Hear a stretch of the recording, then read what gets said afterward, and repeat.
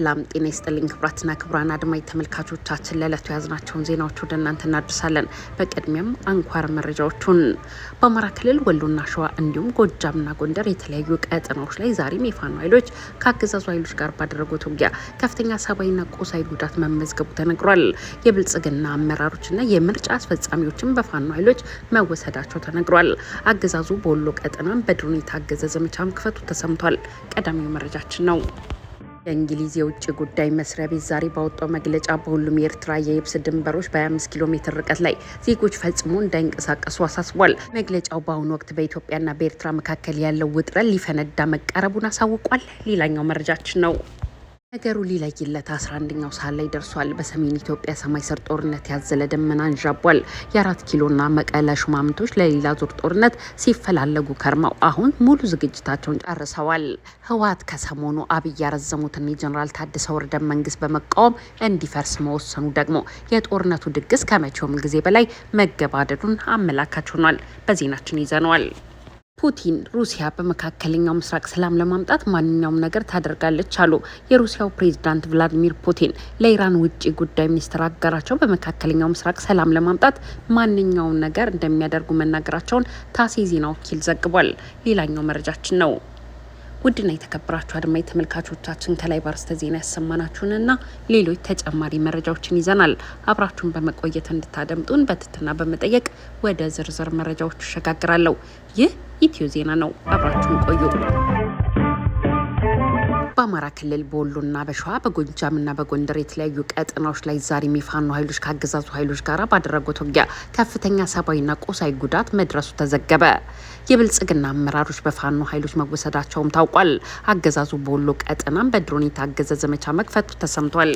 በሰሜን ወሎ ዞን ሂብሩና ቆቦ ወረዳዎች በተደረጉ ጥቃቶች ሰብአዊና ቁሳዊ ጉዳት በአገዛዙ ኃይሎች ላይ መድረሱንም የፋኖ የዜና ምንጮች ዘግበዋል። ቆቦ ወረዳ ባይባዋ ቀዩ ጋራና ቀርሳ አካባቢ አገዛዙ ዛሬም የከባድ መሳሪያ ድብደባ መፈጸሙን የአካባቢው ነዋሪዎች ተናግረዋል። በዞኑ ላሊበላ አቅራቢያ ሙቆ አካባቢ እንዲሁም በዳውንት ወረዳ ማጎትና ሰፊያት የተባሉ አካባቢዎች የፋኖ ኃይሎች በከፈቱት ጥቃት በርካታ የአገዛዙ ወታደሮች ሰብአዊና ቁሳዊ ጉዳት እንደደረሰባቸው የዜና ምንጫችን ዘግቧል። አገዛዙ በወልዲያ ከተማ ስልጠና ሲሰጣቸው የቆዩ አሁን ተገኝ ብልጽግና አመራሮችና የምርጫ ተወካዮች ከወልዲያ ወደ አሁን ተገኝ ሲመላለሱ ሳንቃ አካባቢ በፋኖ ኃይሎች ተይዘዋል። ያዘ መረጃ በሰሜን ጎንደር ዳባት በተለይም ደግሞ ጫር ቢጣ ተብሎ በሚጠራ ስፍራም ለምርጫ ተልኮ ተቀብለው በተሰማሩ የአገዛዙ ኃይሎች ላይ ተከፍቷል በተባለ የተኩስ ልውውጥም ጉዳቶች ተመዝግበዋል። ደቡብ ጎንደር ወረታ አቅራቢያ ሽና ተክለ ሃይማኖት ተብሎ በሚጠራ አካባቢ የምርጫ ካርድ ይዘው ሲንቀሳቀሱ የነበሩ የብልጽግና አመራሮችን አጅበው ሲንቀሳቀሱ የነበሩ ወታደሮች ላይ ጥቃት መከፈቱም ታውቋል። በፋኖ ኃይሎች በኩል የተፈጸመ ጥቃት መሆኑ የተገለጸ ሲሆን የአገዛዙ ኃይሎች በበኩላቸው በወሎና ራያ አካባቢ በተለያዩ ቀጠናዎች ላይ በአየር የታገዘ ጥቃት መክፈታቸውን የዜና ምንጮቻችን ዘግበዋል። እንዲህ እንዳለ በትናንትናው ዕለት በምስራቅ ጎጃም ዞን ቡቢኝና እናርጅና እናውጋ ወረዳዎች ውጊያዎች መደረጋቸውን የፋኖ የመረጃ ምንጮች ዘግበዋል። በተለይም በድጎ ከተማ አቅራቢያ በወይን ውሃና በፍለጋ አካባቢ በተደረገ ውጊያ ከፍተኛ ሰብአዊና ቁሳዊ ጉዳት ደርሷል። በተጨማሪ ሚያዝያ 18 ቀን 2018 ዓ.ም በሰሜን ጎጃም ቀጠና አቸፈር ወረዳ በተደረገ ውጊያ በርካታ ያገዛዙ ወታደሮች ላይ የሞትና የአካል ጉዳት አድርሰንባቸዋል ሲሉ የፋኖ ኃይሎች አሳውቀዋል። ከባህር ዳር ከተማ በቅርብ ርቀት ላይ የምትገኘው ደቡብ አቸፈር ደቡብ አፈር ወረዳ ሀሹዳና ሐሙሲት አካባቢ በተደረገው ውጊያ ከ50 በላይ ያገዛዙ ጦር አባላት ላይ ከፍተኛ ሰብአዊ ጉዳት ማድረሳቸውንም አሳውቀዋል። አቸፈር አሹዳና ሐሙሲት ከተደረገው ውጊያ ጋር ምንም አይነት ተሳትፎ ያልነበራቸው 2 ንጹሃን አርሶ አደሮችም በውጊያው ህይወታቸው አልፏል ሲሉ የዜና ምንጮቻችን የአካባቢውን ነዋሪዎች ዋቢ አድርገው ዘግበዋል። ክልሉን በተመለከተ በባዴን ብልጽግና ሹማምንት በኩል የሚሰጡ የተለያዩ አቋም መግለጫዎችም እንደቀጠሉ ናቸው። ባለስልጣናቱ በመስዋዕትነት ሰላም አስፈናናል፣ ሰላማዊ ምርጫ እንዳይካሄድ እንቅፋት እንዳይሆኑ የሰላም ጸሮችን አስወግደናል ሲሉም ተናግረዋል። ክልሉ ፕሬዝዳንት አረጋ ከበደ በበኩላቸው ጠንካራ ጦርነት ይካሄዳል ሲሉ በክልሉ ጦርነቱ ተባብሶ እንደሚቀጥልም ፍንጭ ሰጥተዋል። ነገሩ ሊለይለት 11ኛው ሰዓት ላይ ደርሷል። በሰሜን ኢትዮጵያ ሰማይ ስር ጦርነት ያዘለ ደመና አንዣቧል። የ4 ኪሎና መቀለ ሹማምንት ለሌላ ዙር ጦርነት ሲፈላለጉ ከርመው አሁን ሙሉ ዝግጅታቸውን ጨርሰዋል። ህዝባዊ ወያነ ሓርነት ትግራይ ህወሓት ከሰሞኑ አብይ አህመድ ያራዘሙትን የጀነራል ታደሰ ወረደ መንግስት በመቃወም እንዲፈርስ መወሰናቸው ደግሞ የጦርነቱ ድግስ ከመቼውም ጊዜ በላይ መገባደዱን ያረጋገጠ ሆኗል። ባለፈው ሳምንት በመከላከያ ወታደሮችና በህወሓት ታጣቂዎች መካከል የተኩስ ልውውጥ ተደርጓል። ከሁለት ዓመታት አውዳሚ ጦርነት በኋላ በፕሪቶሪያው የሰላም ስምምነት መሰረት የተቋቋመውን የትግራይ ጊዜያዊ አስተዳደር በነበረበት እንዳይቀጥል የወሰነው የህዝባዊ ወያነ ሓርነት ትግራይ ህወሓት ማዕከላዊ ኮሚቴ ከጦርነቱ በፊት ከፌዴራል መንግስት እውቅና ባልተቸረው ምርጫ የተመሰረተው ምክር ቤትና መንግስት እንዲመለስ መወሰኑን አስታውቋል። በኢትዮጵያ ብሔራዊ ምርጫ ቦርድ የተሰረዘው ህወሓት በቅርቡ በጠቅላይ ሚኒስትር አብይ አህመድ እድሜው በአንድ ዓመት የተራዘመው በሌተናል ጀነራል ታደሰ ወረደ የሚመራውን ጊዜያዊ አስተዳደር እንዲቀጥል አንፈቅድም ብሏል። 2 ዓመት ያህል ለተካሄደው ደም አፋሳሽ ጦርነት አንደኛው መንስኤ በነበረው ምርጫ የተመሰረተው የክልሉ መንግስት እንደገና ወደ ስልጣን እንደሚመጣ በህወሓት ሲወሰን በፌዴራል መንግስት በኩል የተባለ ነገር ባይኖርም ጊዜያዊ አስተዳደሩ ፕሬዝዳንት ግን ውሳኔው የፕሪቶሪያውን የሰላም ስምምነት እንደሚያፈርስ መናገራቸውን ሪፖርተር ዘግቧል።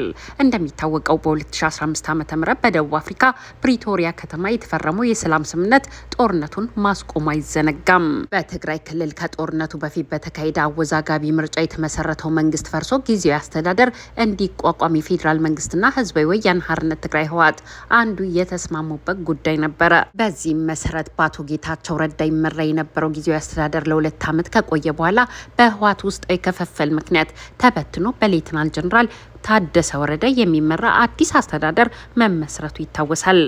ይህም ሆኖ ግን በምርጫ ቦርድ እውቅና የተነፈገው ህዝባዊ ወያነ ሓርነት ትግራይ ህወሓት አመራሮቹ በተደጋጋሚ የፕሪቶሪያው ስምምነት ተጥሷል በማለት ከፌዴራል መንግስት ጋር ቁርሾ ውስጥ መግባታቸውና አዲሱ አስተዳደር የ1 ዓመት ጊዜ ሲራዘምለት ግን ጉዳዩ ተጋግሎ ህወሓት አዲሱን ውሳኔ ይዞ ብቅ ማለቱ ክልሉን የጦርነት ስጋት እንዲጋለጥበት አድርጓል።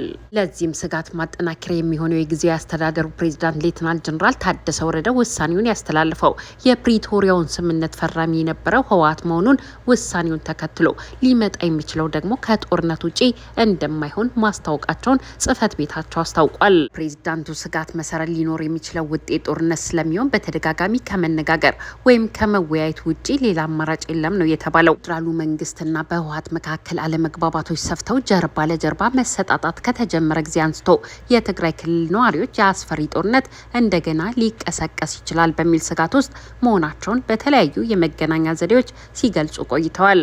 አብዛኞቹ የጦርነቱ እንደገና ማገርሸት ሊያደርሰው የሚችለው ሰብአዊና ቁሳዊ ጉዳት እጅጉን አሳስቧቸዋል። በተጨማሪም የመሰረታዊ አገልግሎት መቋረጥ ሊያጋጥም ይችላል በሚል ስጋትም እንዳላቸውና በፍራቻም ክልሉን ጥለው እየወጡ ያሉ ወገኖች ቁጥራቸው መጨመሩ በተደጋጋሚ ተገልጿል። በትግራይ ክልል የተፈጠረው ውጥረት እንዲረግብ ወደ ጠመንጃ ውልውላ የሚወስዱ አማራጮችን በመተው ለንግግርና ድርድር ሰፋ ያለ እድል መስጠት ያስፈልጋል። ፖለቲካዊ ችግሮች ፖለቲካዊ መፍትሄ እንዲያገኙ ከማድረግ ባሻገር በፌዴራልም ሆነ በክልል ደረጃ ህጋዊና ሰላማዊ አማራጮችን እንዲያገኙ ለህዝቡም እድል መስጠት ያስፈልጋል ሲል ሪፖርተር ዘግቧል። በእንዲህ እንዳለ ሾልኮ የወጣ መረጃ የህወሓትን አዲስ የፖለቲካና ወታደራዊ ጥምረት አጋልጧል። በምርጫ ቦርድ የታገደው ህወሓት ከፍተኛ አመራርና አምባሳደር የሆኑት አዲስ አለም ቤሌማና የትግራይ ተወላጅ ዲያስፖራ አባላት መካከል በዙም ተደርጓል የተባለና ሾልኮ የወጣ የውይይት መረጃ ፓርቲው በሀገር ውስጥና በቀጠናው ሊከተለው ስላቀደው አዲስ የፖለቲካና ወታደራዊ ስትራቴጂ ጠቋሚ ሀሳቦችን ይዟል። የመረጃ ምንጮች እንደሚሉት ህወሓት ከፌዴራል መንግስቱ ጋር ሊፈጠር ለሚችለው ማንኛውም አዲስ ግጭት ራሱን እያዘጋጀ መሆኑን የሚያመላክቱ ያልተጠበቁ አሰላለፎችንም ይፋ አድርጓል። ጥላት የጥላት ወዳጅ ነው በሚል መርህ ህወሓት ከኤርትራ መንግስት ጋር አዲስ ግንኙነት መጀመሩን የባህር ወደቧንም ለመጠቀም መስማማቱን አመራሩ አብራርተዋል። ከዚህ በተጨማሪ የሱዳንን ወደብ ለመጠቀምም ተመሳሳይ ፍቃድ ማግኘቱን በውይይቱ ላይ መነሳቱን ፓርቲው ከኢትዮጵያ ማዕከላዊ መንግስት ቁጥጥር ውጪ የሆነ የሎጂስቲክ መስመር ለመዘርጋት እያሰበ መሆኑን ያሳያል።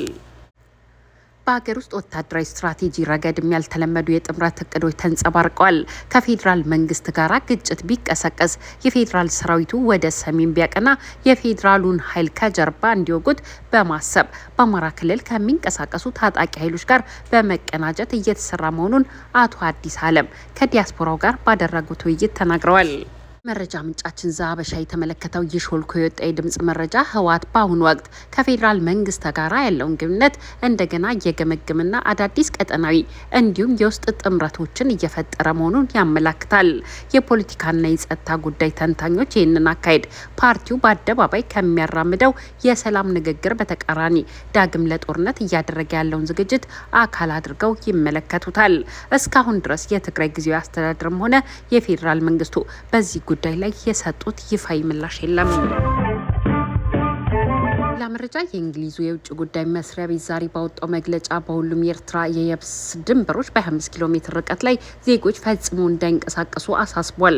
በመግለጫው በአሁኑ ወቅት በኢትዮጵያና በኤርትራ መካከል ያለው ውጥረት ከፍተኛ ደረጃ ላይ ደርሷል ያለው ሚኒስትሩ ይህ ጉዳይ ወደ ግጭት ከተሸጋገረ በኤርትራ ውስጥ ነገሮች በፍጥነት እንደሚለዋወጡና ወደ ኤርትራ መግባትና መውጣት አስቸጋሪ እንደሚሆን አስጠንቅቋል። በግጭቱ ውስጥ የእንግሊዝን ዜጎች የማስወጣት ወይም ፊት ለፊት የቆንጽላ አገልግሎት መስጠት ስለሚያስቸግረው ችግሩ ከተፈጠረ እንግሊዛውያን በራሳቸው መንገድ የሚወጡበትን ሁኔታ እንዲያመቻቹ ማሳስቧል። ጉዞ ማስጠንቀቂያ በሰጠባቸው ቦታዎች ላይ በአስመራ ወደሚገኘው የእንግሊዝ ኤምባሲ ሄዶ እርዳታ መስጠት እንደማይችል ገልጾ ዲፕሎማቶች ከአስመራ ከተማ ውጪ ወደሚገኙ ቦታዎች ለመሄድ ከኤርትራ መንግስት ፍቃድ እንደሚያስፈልጋቸውም አስረድቷል።